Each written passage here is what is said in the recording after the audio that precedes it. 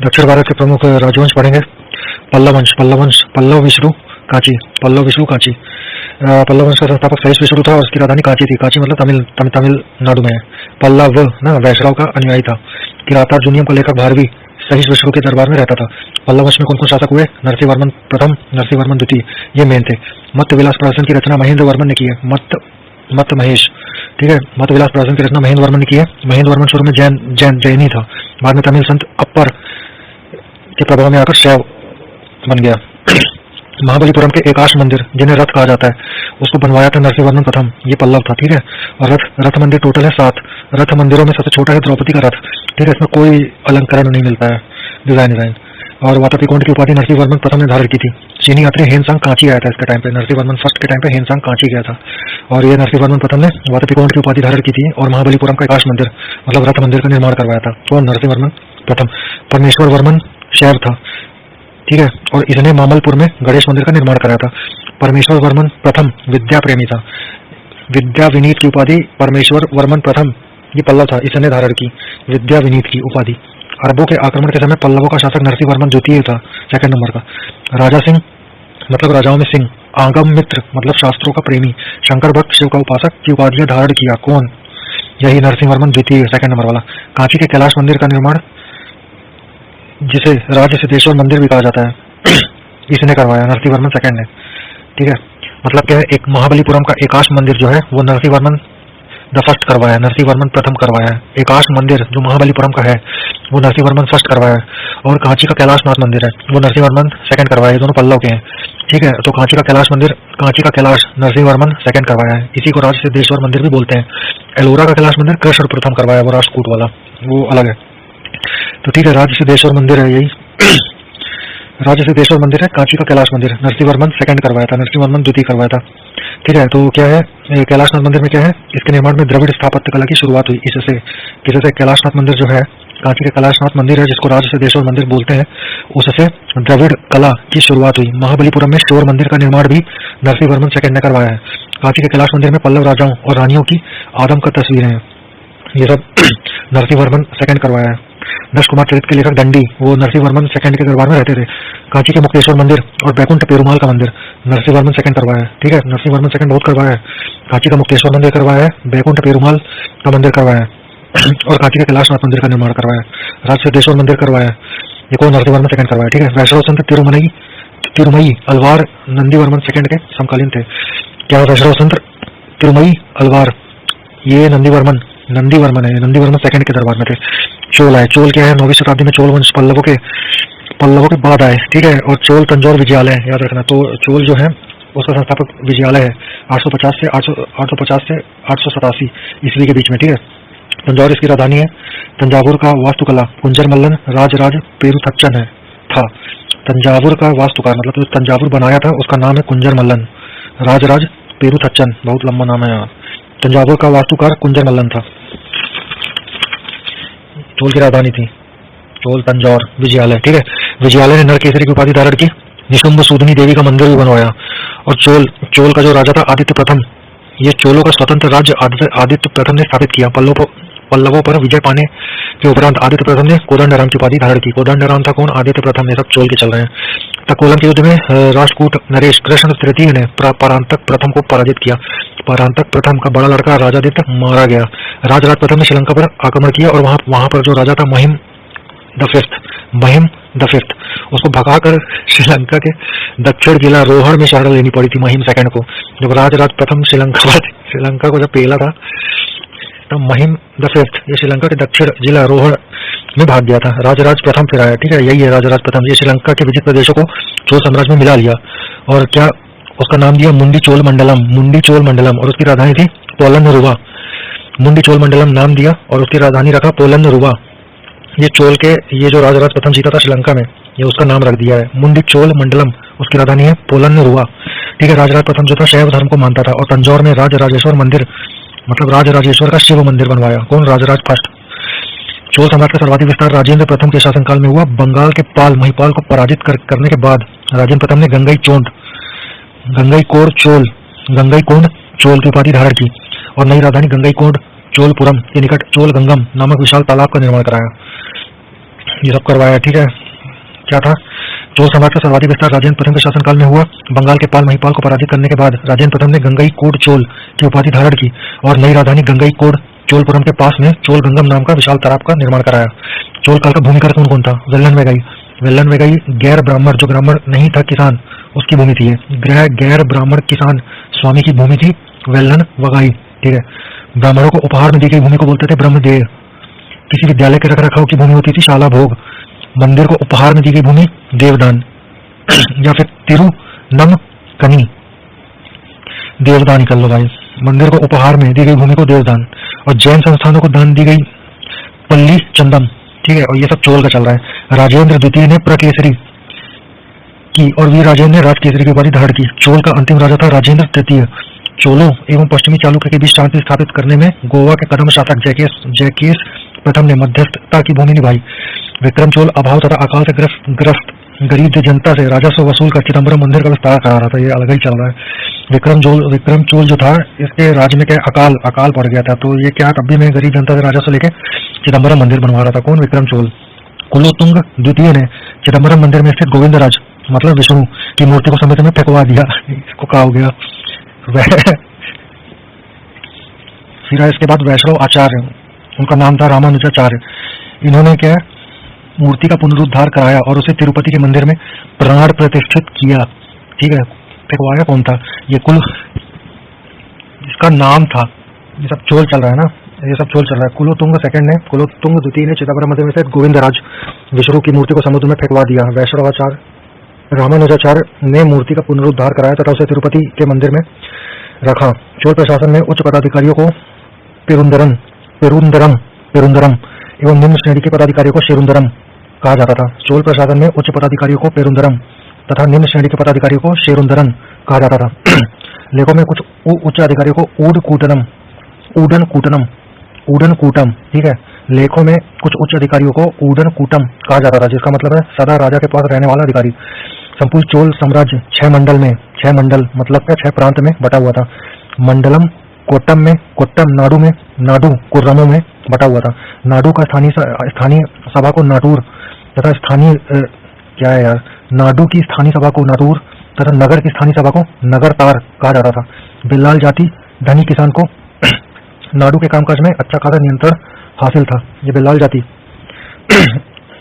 जाति को नाडु के कामकाज में अच्छा खासा नियंत्रण हासिल था, जिसमें कई धनी भूस्वामियों को चोल राजाओं के सम्मान के रूप में मुवेद वेलन मतलब 3 राजाओं को अपनी सेवाएं प्रदान करने वाला वेलन या किसान, अरैयार मतलब प्रधान जैसी उपाधियां दी तथा और राजकीय पद सौंपे इन लोगों को, बिल्लाल जाति को।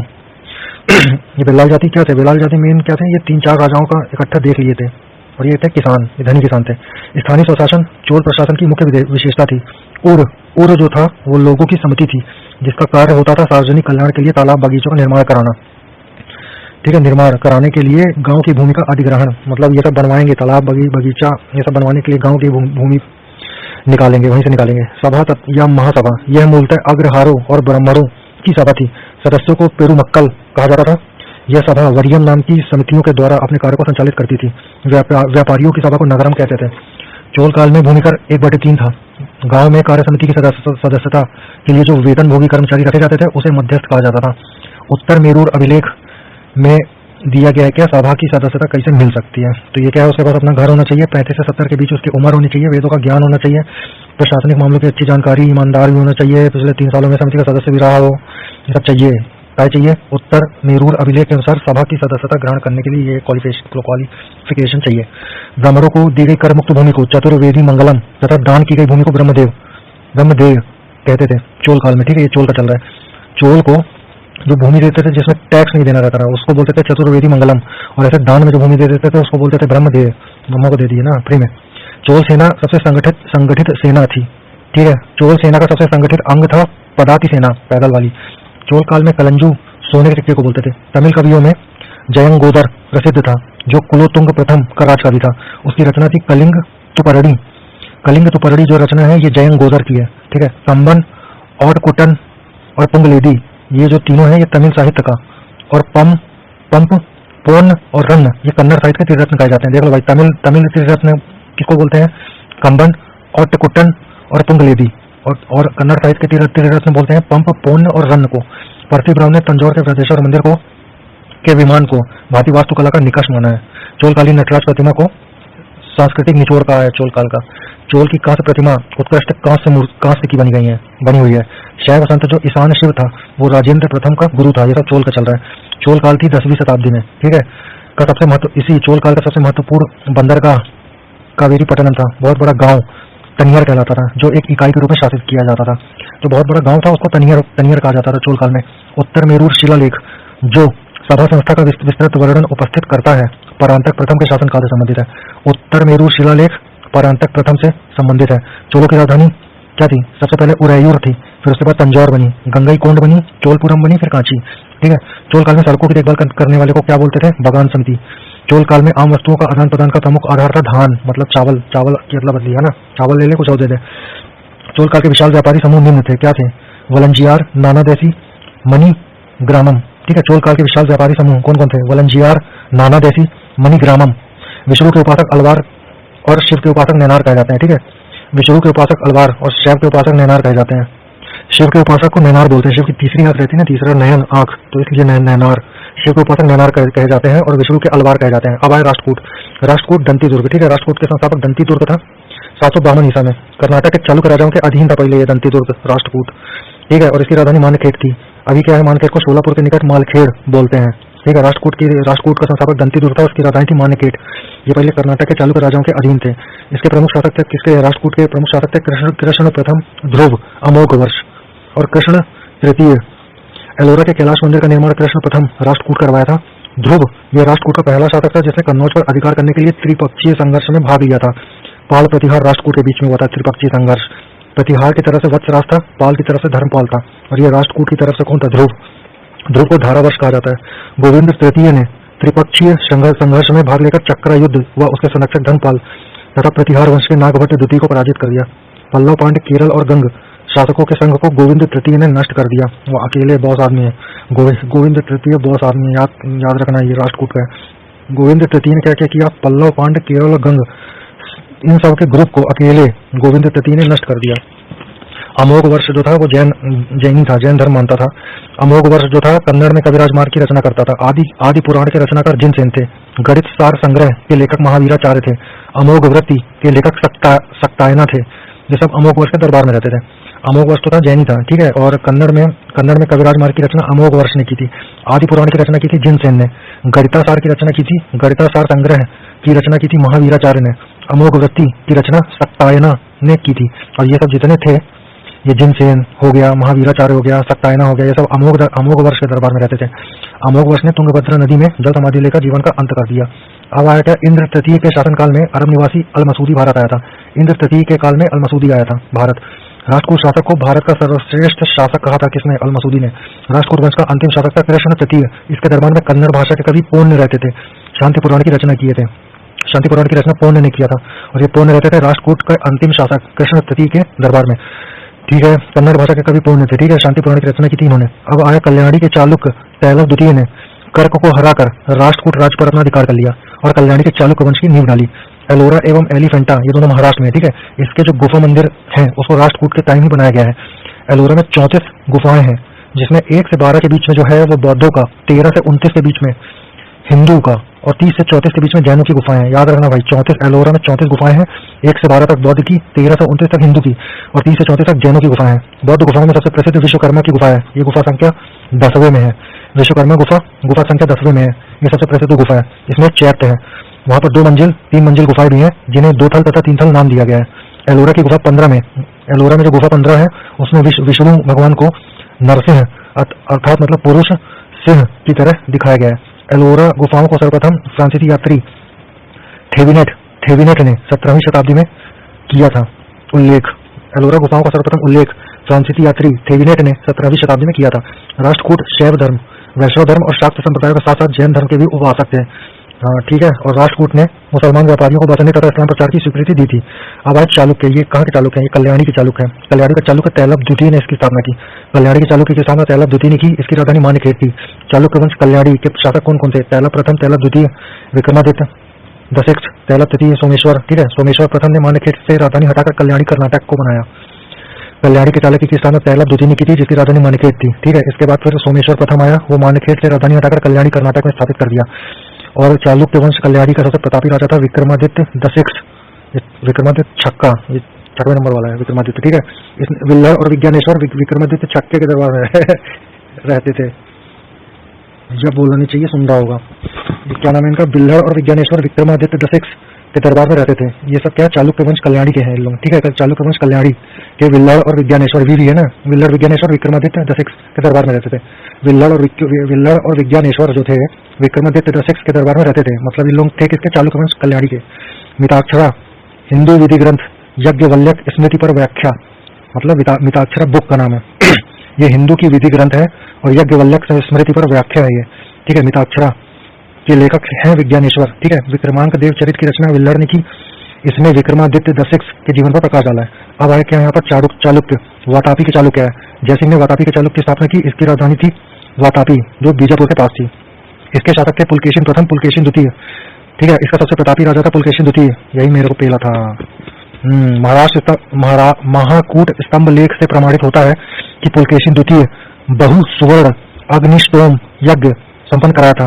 जिनेन्द्र का मेघुती मंदिर पुलकेशिन द्वितीय ने बनवाया था। जिनेन्द्र का मेघुती मंदिर पुलकेशिन द्वितीय ने बनवाया था। पुलकेशिन द्वितीय ने हर्षवर्धन को हराया था। ठीक है, और हराने के बाद परमेश्वर की उपाधि धारण किया, दक्षिणापथेश्वर की उपाधि भी धारण किया।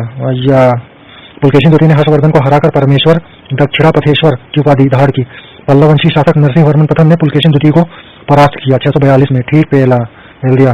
पल्लववंशी शासक ये था ना, पल्लववंशी शासक नरसिंह वर्मन प्रथम ने पुलकेशिन द्वितीय को हरा दिया 642 ईसा में, और राजधानी को बदामी और उसकी राजधानी बदामी पर अधिकार कर लिया। पुलकेशिन द्वितीय को मार डाला और विजय के बाद नरसिंह वर्मन प्रथम ने वातापी कुंड की उपाधि धारण की। ये आएगा क्वेश्चन। एहोल अभिलेख का संबंध पुलकेशिन द्वितीय से है। इसका जो लेखक है रवि कीर्ति है। एहोल अभिलेख का लेखक रवि कीर्ति है। ठीक है, पुलकेशिन द्वितीय से संबंधित है। अजंता में गुहा चित्र, अजंता में गुफा मिला है।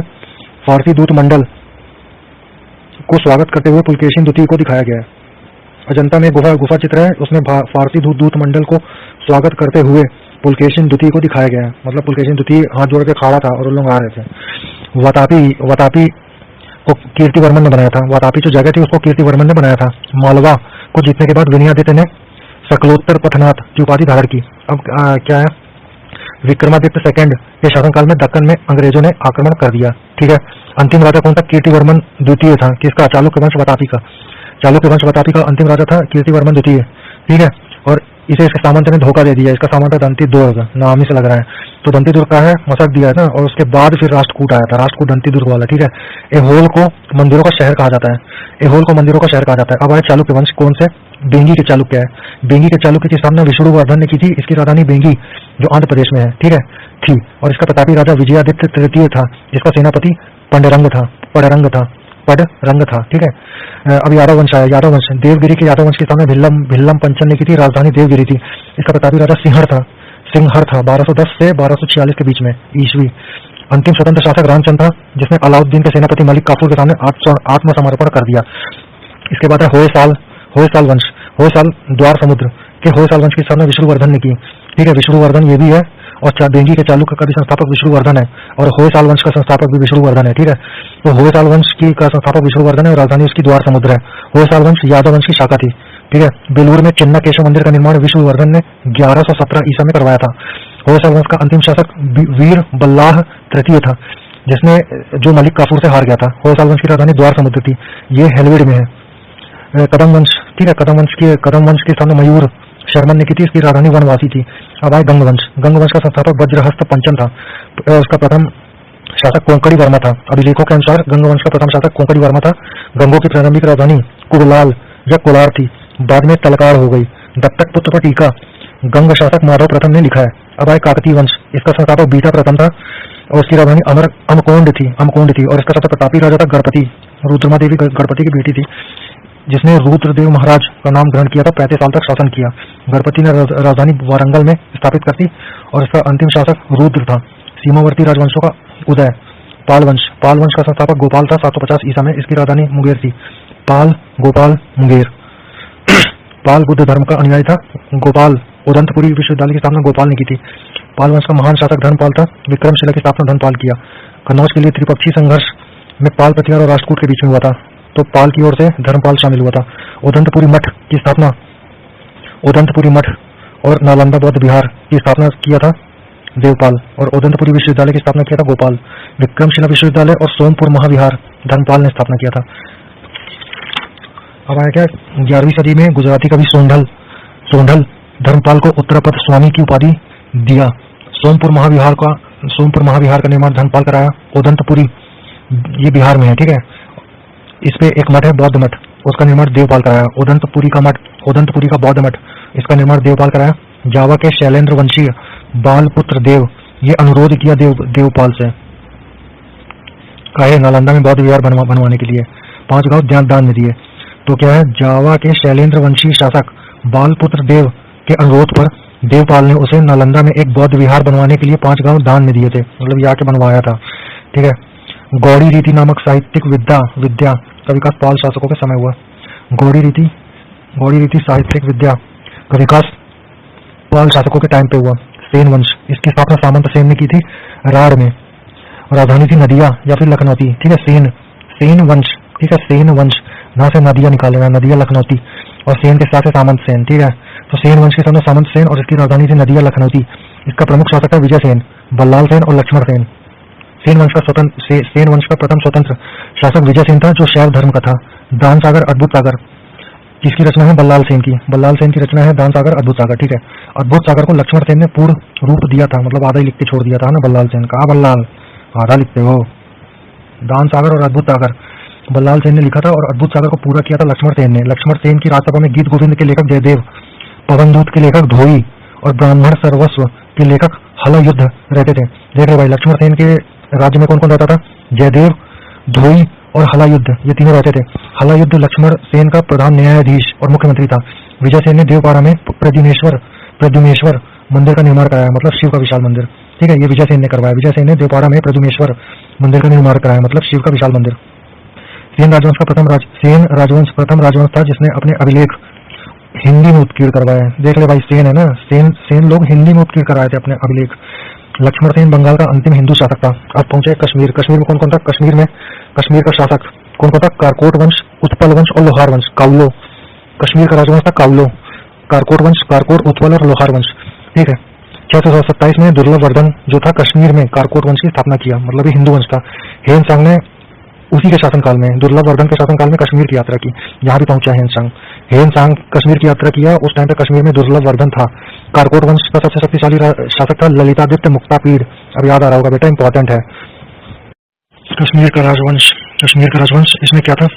इसमें काउलों ने राज किया, कारकोट, उत्पल और लोहार वंश, ठीक है। दुर्लभ वर्धन नाम का व्यक्ति कश्मीर में कारकोट वंश का स्थापना किया। हेनसांग इसी के टाइम पे कश्मीर की यात्रा किया। दुर्लभ वर्धन के टाइम पे हेनसांग गया कश्मीर। कारकोट वंश का सबसे शक्तिशाली राजा था ललितादित्य मुक्तापीड़। कश्मीर का मार्तंड मंदिर ललितादित्य मुक्तापीड़ बनवाया। कारकोट वंश के बाद कश्मीर पर उत्पल वंश आया। उत्पल वंश का संस्थापक अवंती वर्मन था, ठीक है। अवंती वर्मन के जो इंजीनियर था उसका नाम था सूर्य, और यही सूर्य अवंती वर्मन, यह कश्मीर का कारकोट उत्पल वंश का था। उत्पल वंश का संस्थापक था अवंती वर्मन, और अवंती वर्मन का इंजीनियर था सूर्य। यही सूर्य ने सिंचाई के लिए नहरों का निर्माण कराया। उत्पल वंश की रानी दिद्दा, ये कश्मीर की शासका थी, महत्वाकांक्षी शासका थी। उत्पल वंश के बाद कश्मीर पर लोहार वंश आया। लोहार वंश का संस्थापक संग्राम राज था। इसकी पत्नी थी सूर्यमती, इसकी पत्नी का नाम सूर्यमती था, उसकी सहायता की साम्राज्य सुधारने में। लोहार वंश का शासक हर्ष विद्वान था, वो कवि था और कई भाषाओं का ज्ञाता था। कल्हड़ हर्ष का आश्रित कवि था। जय सिंह लोहार वंश का अंतिम शासक था। लोहार वंश का अंतिम शासक जय सिंह था, ठीक है। और जय सिंह कल्हड़ की राजतरंगड़ी का विवरण समाप्त हो जाता है। जय सिंह के शासन के साथ ही कल्हड़ की राजतरंगड़ी का विवरण समाप्त हो जाता है। कामरूप में वर्मन वंश, ठीक है। कामरूप में वर्मन वंश का उदय हुआ। उसका संस्थापक था पुष्यवर्मन। राजधानी थी प्राग ज्योतिष, ठीक है। कामरूप पाल साम्राज्य का एक अंग था। अब है राजपूत की उत्पत्ति देखो भाई, गुर्जर प्रतिहार है, ठीक है। चंद बरदाई पृथ्वीराज रासो की चंद बरदाई के अनुसार परमार प्रतिहार चालुक्य और चौहान, ये तीनों अग्निकुंड से, आबू पर्वत से वशिष्ठ मुनि ने यज्ञ करके उत्पन्न किया था। राजपूत में सर्वाधिक प्रसिद्ध राजवंश था प्रतिहार, ठीक है। अब है गुर्जर प्रतिहार की स्थापना हरिचंद्र ने की थी। गुर्जर प्रतिहार की स्थापना हरिचंद्र ने की थी। वास्तविक संस्थापक नागभट्ट प्रथम था। ठीक है। नागभट्ट प्रथम था वास्तविक संस्थापक, लेकिन किया कौन था? हरिश्चंद्र। नागभट्ट द्वितीय को राष्ट्रकूट साम्राज्य, नागभट्ट द्वितीय को जो कि गुर्जर प्रतिहार का था, उसको राष्ट्रकूट सम्राट गोविंद तृतीय ने हराया था। ठीक है। प्रतिहार वंश का शक्तिशाली शासक था मिहिर भोज। मिहिर भोज के टाइम पे आया था अरबी यात्री सुलेमान। मिहिर भोज था गुर्जर प्रतिहार का। ठीक है। उसके शासनकाल में सुलेमान आया था अरब से। मिहिर भोज की राजधानी कन्नौज थी। विष्णु भक्त था और आदिवराह की उपाधि धारण किया मिहिर भोज। राजशेखर प्रतिहार शासक महेंद्रपाल के दरबार में रहते थे। राजशेखर जो थे वो महेंद्रपाल प्रतिहार के दरबार में रहते थे। और प्रतिहार वंश का अंतिम शासक था यशपाल 1036 ईसा में। दिल्ली नगर के सामने अनंगपाल कराया था 11वीं सदी में, याद रखना। अब आया गढ़वाल वंश। गहड़वाल वंश, मतलब इसको राठौर वंश भी बोलते हैं। गहड़वाल कैसा नाम है यार, ठीक से नहीं रखते बनता। गहड़वाल वंश का संस्थापक चंद्रदेव था। उसकी राजधानी वाराणसी थी। सबसे शक्तिशाली शासक था इसका गोविंद चंद्र। ठीक है। इसका मंत्री था लक्ष्मीधर जो कि प्रकांड पंडित था। उसकी रचना का नाम है कृत्य कल्पतरु। ठीक है। लक्ष्मीधर की रचना का नाम है कृत्य कल्पतरु। ये थे राठौड़ गहड़वाल वंश के। किसके टाइम पे? चंद्रदेव के टाइम पे, जो इसकी स्थापना किया था और वाराणसी अपनी राजधानी रखा था। गोविंद चंद्र की एक रानी कुमारी देवी ने सारनाथ में धर्म चक्र जिन विहार बनवाई। गोविंद चंद्र, ये गहड़वाल वंश का था। गोविंद चंद्र की रानी कुमारी देवी ने सारनाथ में धर्म चक्र जिन विहार बनवाया। पृथ्वीराज तृतीय ने स्वयंवर से जयचंद की पुत्री संयोगिता का अपहरण कर लिया, है ना। और अंतिम शासक गढ़वाल वंश का अंतिम शासक था जयचंद, जो कि गौरी से मोहम्मद गौरी से 1194 में चंदावर के युद्ध में पिला गया। अब आया चौहान वंश। चौहान वंश। ठीक है। 6वीं शताब्दी में अजमेर में हुआ था चौहान वंश का, इसकी स्थापना शाकंभरी अजमेर में। ठीक है। चौहान वंश का संस्थापक वसुदेव था। प्रारंभिक राजधानी अहिछत्र थी।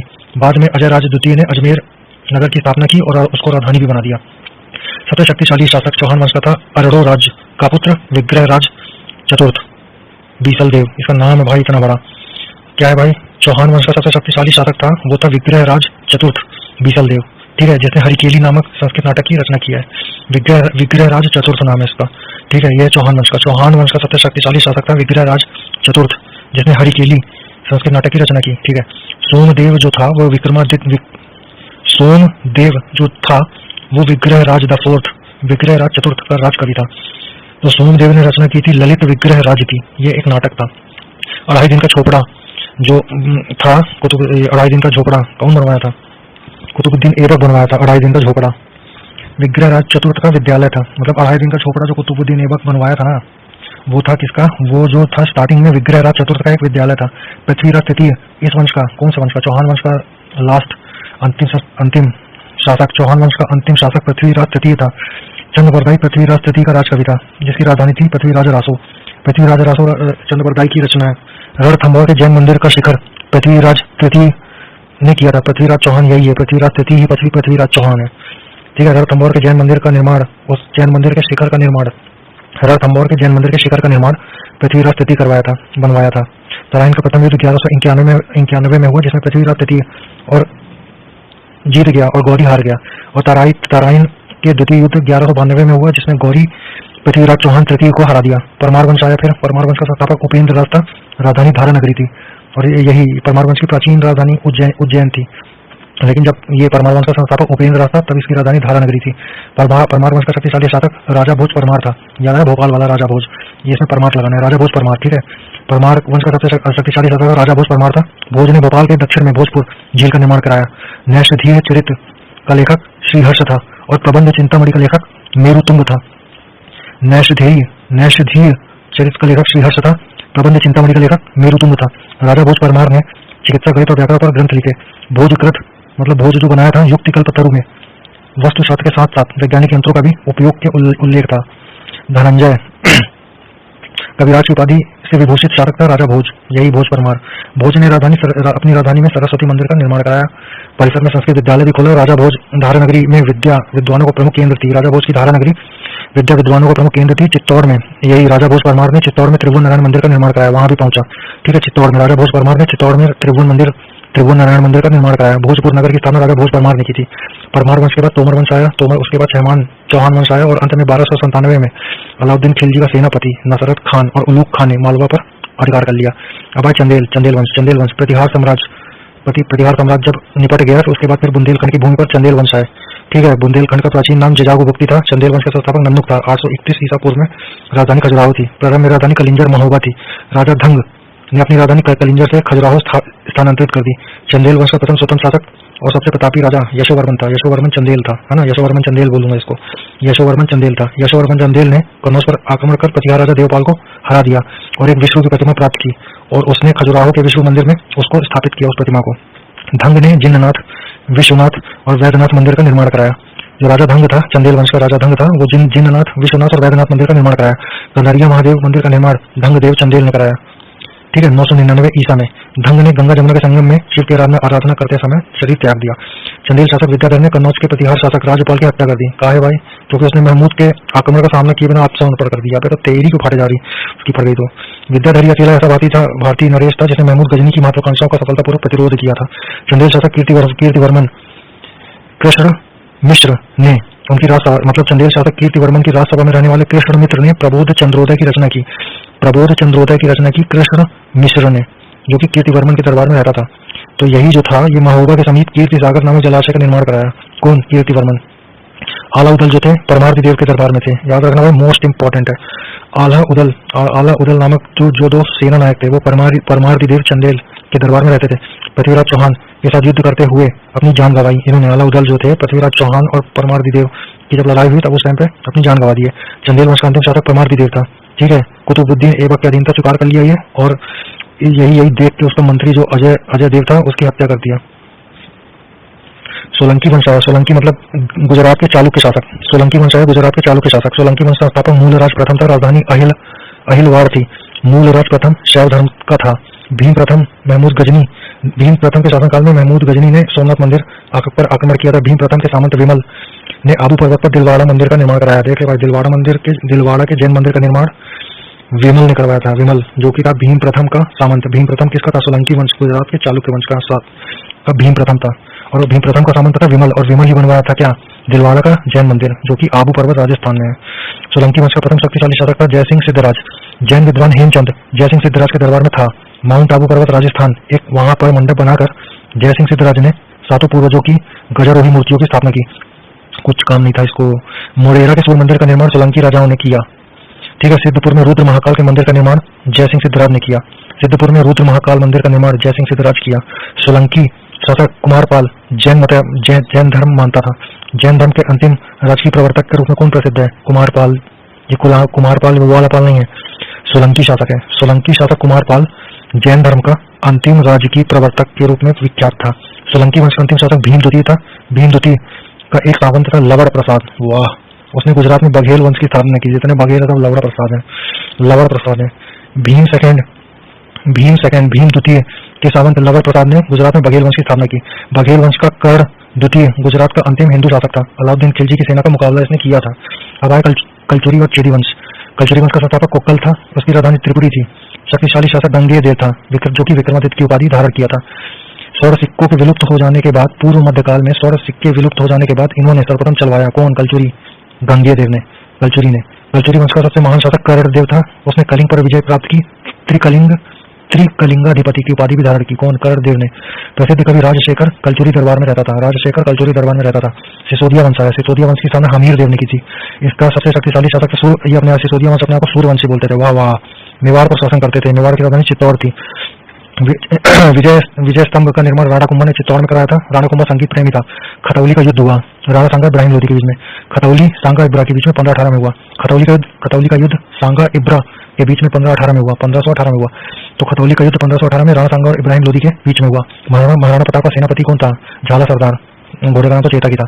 अब भारत पे अरब का आक्रमण हुआ। अपन आ गए हैं मिडिवल हिस्ट्री में।